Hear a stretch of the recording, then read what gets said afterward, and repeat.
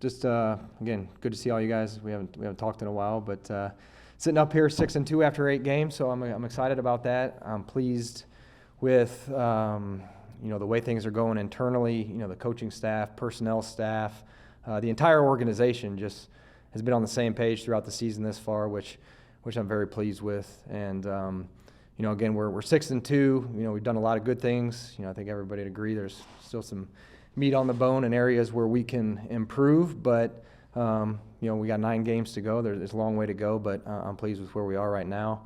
Obviously we made a move with Kadarius last week. I'll just echo what Dave said on that. It's a move that was made, the best decision for the organization, for where we are, and I'll probably just leave it at that. There's really not a lot more for me to add on that, but again, just excited, happy for the coaching staff. I think they've done a hell of a job. The amount of players we've had, come in and out of the building since the start of the season, whether it was due to injuries or just trying to upgrade, and they continue to answer the bell and get those players ready. And some of those guys have went out there and played meaningful snaps for us, and have helped us get to where we are today at 6-2. So, with that being said, I'll just open up for questions for you guys. I'm sure you got a lot. What was today like? How close did you get to maybe doing something? Yeah, again, today is the end of it. It's the trade deadline, but these conversations are ongoing. I'll go back to some of the players that have been mentioned, in the media that were, we had talks in August with teams about some of those guys that met some of the parameters that we were looking at. So, yeah, there were some conversations, and again, part of my job and our personnel staff is, it's to assign value to players, whether it's in free agency, what you're going to pay a player, what round you're going to put a player in the draft. If you're going to trade for a player, what value are you comfortable with? And we had several conversations with teams on multiple positions, and just the price point didn't match up, and things just didn't work out. But we were active with phone calls and trying to improve the roster, which we'll continue to do. Joe, the picks that you got for Kadarius, were they always going to be banked for April, or was there a possibility of using them in the following week? Yeah, no, we were open to, again, if something made sense, regardless of position, we explored a lot of opportunities. We've been on the phone, a lot the last few days, but not just the last few days. Like, these calls again have been, going on for, I would go back to August on some of these players that we identified under certain parameters.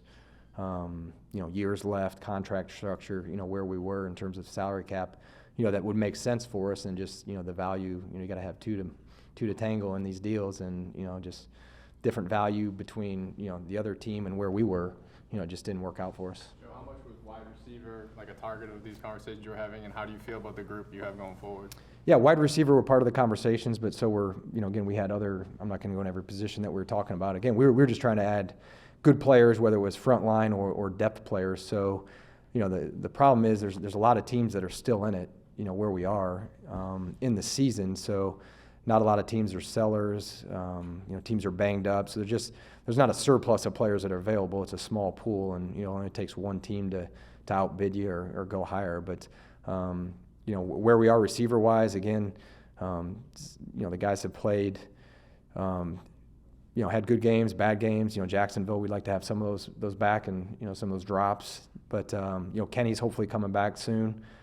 Fingers are crossed he'll be back for Houston. So it'd be good to get a look at him again. Again, I'm hopeful for him. Against Houston. Joe, how did you balance you guys having 6 wins right now and feeling like you might need to add to capitalize on your start versus keeping the big picture in mind and what you're trying to accomplish? Yeah, again, when we made the Tony move, we talked to the captains and let them know we're always going to try to win. Like, Daboll and I are super competitive, and we're always going to try to do what's best for the organization. But again, you got to put a value. You just can't be reckless with those, the draft picks, the future capital, where we are as we build this team. Again, there's a lot of players that are here that we like. Some were here before I got here that have done a really good job for us, and they're good players. So, just being smart. We didn't want to be reckless with it. And again, if there was an opportunity where we could make a move that would help us this year, we were definitely open to it. Joe, if you think back to where you were before the game in Nashville, what you thought about what this team you've had together to now sitting at 6-2. Has your opinion of what you have here dramatically changed because the team is 6-2? I mean, probably not what you thought was going to happen after 8 games. And you look at it and say, well, geez, we're a lot better, or you kind of still keeping what you thought before? Yeah, I think I said this to you guys in August. Like, I made it's gonna be an overreaction after week one way or the other way. It takes 4 to 5 weeks, I think, to truly figure out who your team is. And what I'll tell you about our team is, there's a lot of tough dudes that care about each other and love football. I mean, that's the only thing. I thought we had some tough guys. I knew we had some competitive guys. I knew we had some good players. Just you never know how those guys are going to gel. And when adversity strikes, what's that going to look like? And, Daniel's got 5 fourth-quarter comebacks. Now, it's a team effort, but, the guys are resilient. They don't give up. You guys have seen the games. We get into the fourth quarter, and we've been able to come out with some wins. So I think the talent is the same. I think the way they gelled is, what was a little bit of an unknown, leaving training camp. You just didn't know how they were going to react in the heat of battle, and I think they've done a good job, and they're fun to watch, and they compete for 60 minutes. I'm really proud of the guys. Oh, you mentioned Daniel. What have you seen from him over the start of the season? How has that maybe changed your evaluation? I think Daniel's done a good job. I always look at gotta have it moments, third downs, fourth quarters when you gotta have it, and I think he's answered the bell in a lot of those situations, and he's the same guy he was, the day we got here in terms of, again, it's their time off. He's in here at 7:30 this morning having breakfast. It didn't surprise me a bit. So he's a gym rat. He's always around, and again, I think he's done a good job leading the team this year. Joe, what have you seen from Saquon, and do you see him at this point as just more than a running back, as maybe your team's best playmaker, like a Christian McCaffrey was? Yeah, listen, Saquon's a great kid. He's tough. He's obviously talented. It's a team game.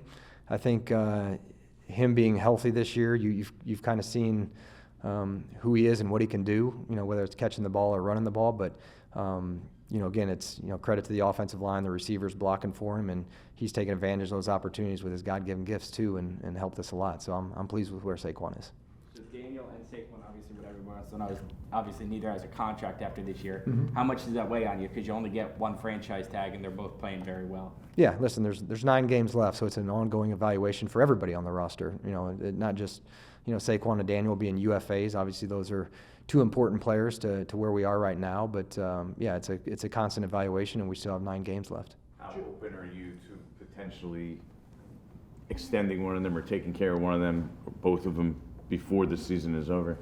Yeah, we'll have those meetings this week. We'll talk about it if we want to. We had to get through the trade deadline today and those conversations, and we'll kind of circle up with some strategy meetings as we move forward on, contract extensions and if we may or may not do anybody. But if I did, I would, this would be the week, I would want to entertain it during the bye week, and then I probably won't do anything after that. I don't want anything to be a distraction to the players or the organization. So, if we do something, it would be, probably before Monday with any of our guys. I'm not just saying him, but when we have those conversations. Joe, when you obviously said going back to August, you've had these conversations about players on other teams and the idea of assigning values. The closer you got to the trade deadline and the more you guys kept winning, the idea that you're sitting here at 6-2, was it any more difficult for you to not veer from the course you've set right now, whether it's changing value or putting more emphasis on adding to this team because of where you're at now?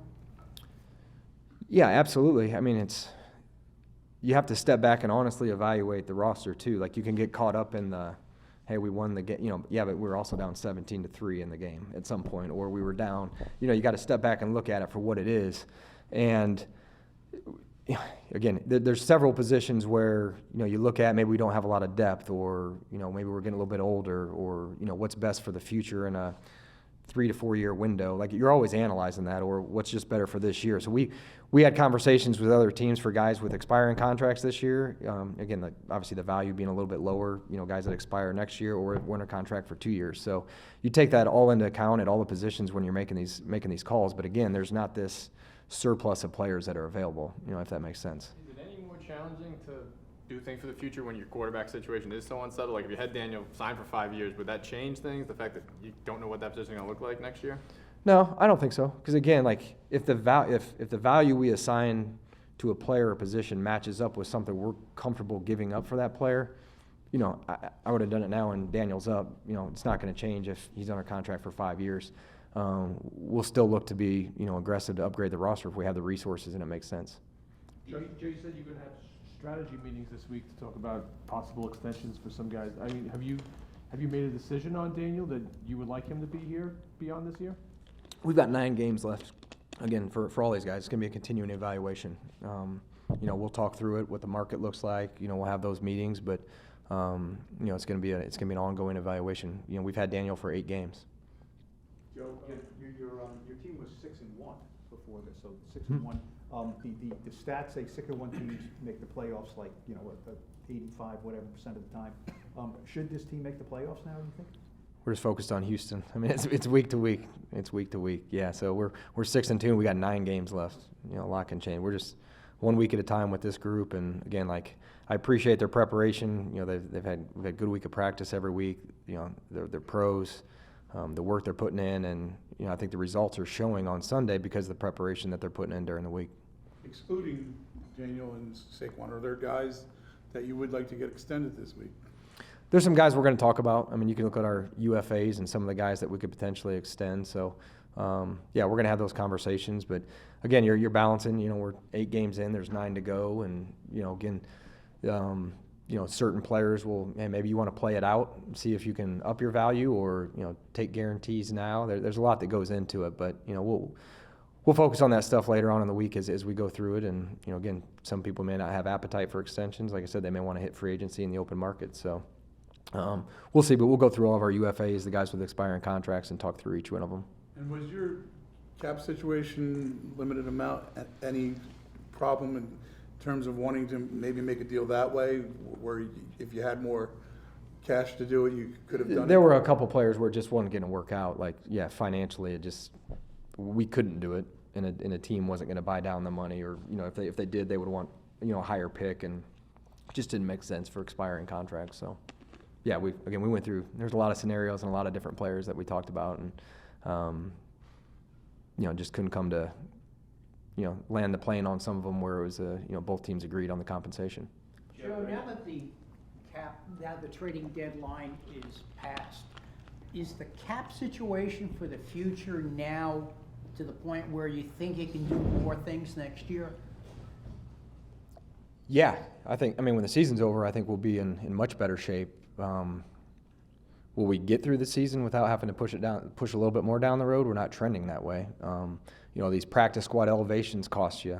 These players going on IR cost you money. So I'm crossing my fingers that we don't have to do it again, but you know, we'll see. Again, we got 9 games left, so I would like to not have to convert any more money. That was a break glass scenario from when I got here, and we've just had to do it. But regardless, if we do, hopefully it's minimal, and you know, we'll still be in good shape, you know, going into 2023. The rest of the NFC East play an impact at all with 4 teams now in contention for the playoffs? Did that impact you at all in terms of moves that you could potentially make? Yeah, I mean, there's some good teams. Yeah, I mean, the NFC East, there's some good teams in the NFC East and NFC in general. So just always trying to upgrade the roster. I mean, that's always in mind, you know, winning division. But, yeah, just where we were and, you know, where could we improve, I'm always going to look at that. So. Joe, obviously when Odell dropped in here a few weeks ago, you know, created a bit of a stir. Do you have any interest in him? I mean, he's a free agent. You can talk about him if I had no idea he was in the building until he was out of the building. So, no, obviously, you know, he's been a good player. He's a guy, you know, we would consider and talk to when he's healthy. I think he did the ACL in February, so not sure really where he is, you know, physically. But yeah, any player that'll upgrade the roster, we're gonna consider and have conversations with their representatives. What would you say to the idea that he would like to come back here? Does he? I don't know. You tell me. You guys probably talk to him more than me. Let's say he does. That's a hypothetical.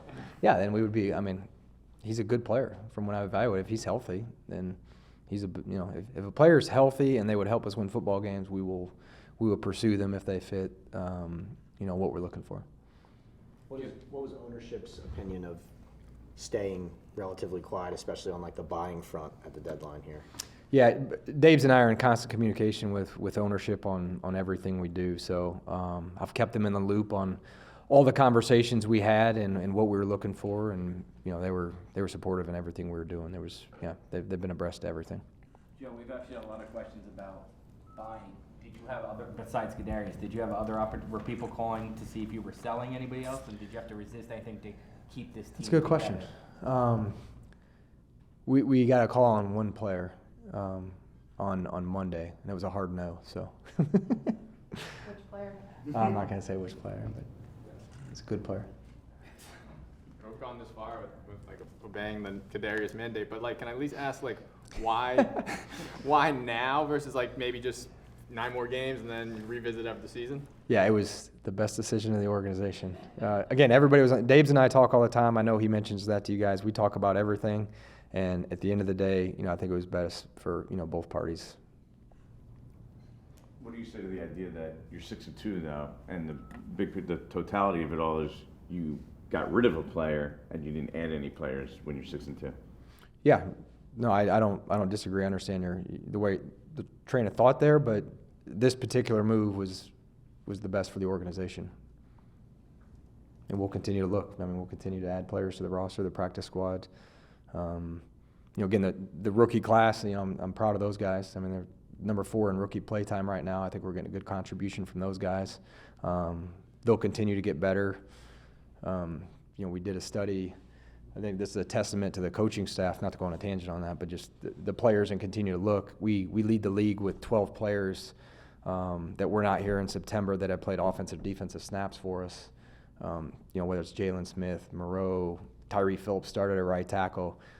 A testament to our coaching staff we're bringing in new players, and they got to stay here late hours and get these guys ready to play. And a lot of those guys have played winning football for us. So again, the pro scouting staff has done a great job as well. Identifying these players, upgrading the practice squad, and those players have filled in admirably and helped us to get to where we are. So I'd be remiss if I didn't mention that. So yeah, we didn't add one, but the coaching staff's done a great job with what we've been trying to bring in to backfill some of the roster. What did you say on the Kadarius subject? He says he's healthy, right? He's going there and he's healthy now, and he says he kind of hinted that he wasn't injured here. What do you say? He was going to practice on Thursday, so I don't know. I mean, yeah, I guess he was healthy. He was going to practice on Thursday. Joe, you talked to us a lot before the season, and you said, there's some good players, and there was a gap between the number of good players and the number of not so good players. And I'm just wondering, when you look at this point of the season, are you at all surprised where you are? Again, it's hard to tell early in the year, and just my point, just trying to figure out who the team is, who they're going to be. And we got some fighters on this roster, and as a whole, as a collective, on game day, the 53, the practice squad, they competed their tails off, and they play well together. They play complementary football. So, again, maybe early on in the year, maybe the middle class, the roster maybe wasn't where I thought it should be. I think we've upgraded a little bit, and the next man mentality up with the injuries that we've had. I think, again, back to the coaching staff and the pro scouting staff have done a great job of bringing players in that have answered the bell when their number was called. I mean, the one game where McLeod's out there, I think it was Green Bay over there in London, McLeod, and Lane comes in and makes a play. So, again, one guy was in Pittsburgh in training camp, one guy was in Buffalo in training camp, and they're making plays for us in the fourth quarter. So I think we've upgraded the back end of the roster, and those guys have stepped up when opportunity called. You know Brian well, obviously, you're probably the main reason why he's here. So you had a lot of faith in him. Has he done more, in this first half of his first season as a head coach? What do you assess that? Obviously, you had confidence in him, but is there even more there? Yeah, I think Dave's has done a great job. I think kind of what you're seeing now, he's a good leader. He's done a good job. I think he did a phenomenal job with his staff. Again, I think Mike Kafka's done a good job. T-Mac on special teams, Wink, having a veteran defensive coordinator that, has played in games, playoff games, whatever it may be, and handle that side of the ball. He's done a good job. So, yeah, I think Dave's and I have great communication. That's where it starts. We're constantly talking about not just 2022, but beyond how different roster moves will affect us. Looking into the future, but also laser focused on today. So I think he's done a good job, and his staff's done a really good job. And again, I go back to you don't know how difficult it is for these players that have been here all spring and August. It's tough enough for them to know the playbook, but to bring in new guys and 2 weeks later they're playing on a Sunday. again, it's very difficult to do, and his staff's done a good job of that. So I'm happy with Dave's and his staff. What do you think is the most impressive part about what he's done? Is it the game day coaching? Is it the off-field leadership? What's impressed you most? Yeah, I would say both. And that's what you look at. There has been a couple times with 1 or 2 times 10 guys on the field, but the clock management, the time management in games, I think has been very good. Those are things that he can control in game. I think has been really good. And then just leadership. Being himself. He's not trying to be anybody. Like Dave's today is the same guy that I worked with the last 5 years, and the same guy I worked with in Miami. So he's not trying to be somebody else. He's very comfortable in his skin, and he's got very good leadership. Not just amongst the team, but the staff and in the entire organization. The way the staff came together, you end up having a lot of guys, Kansas City.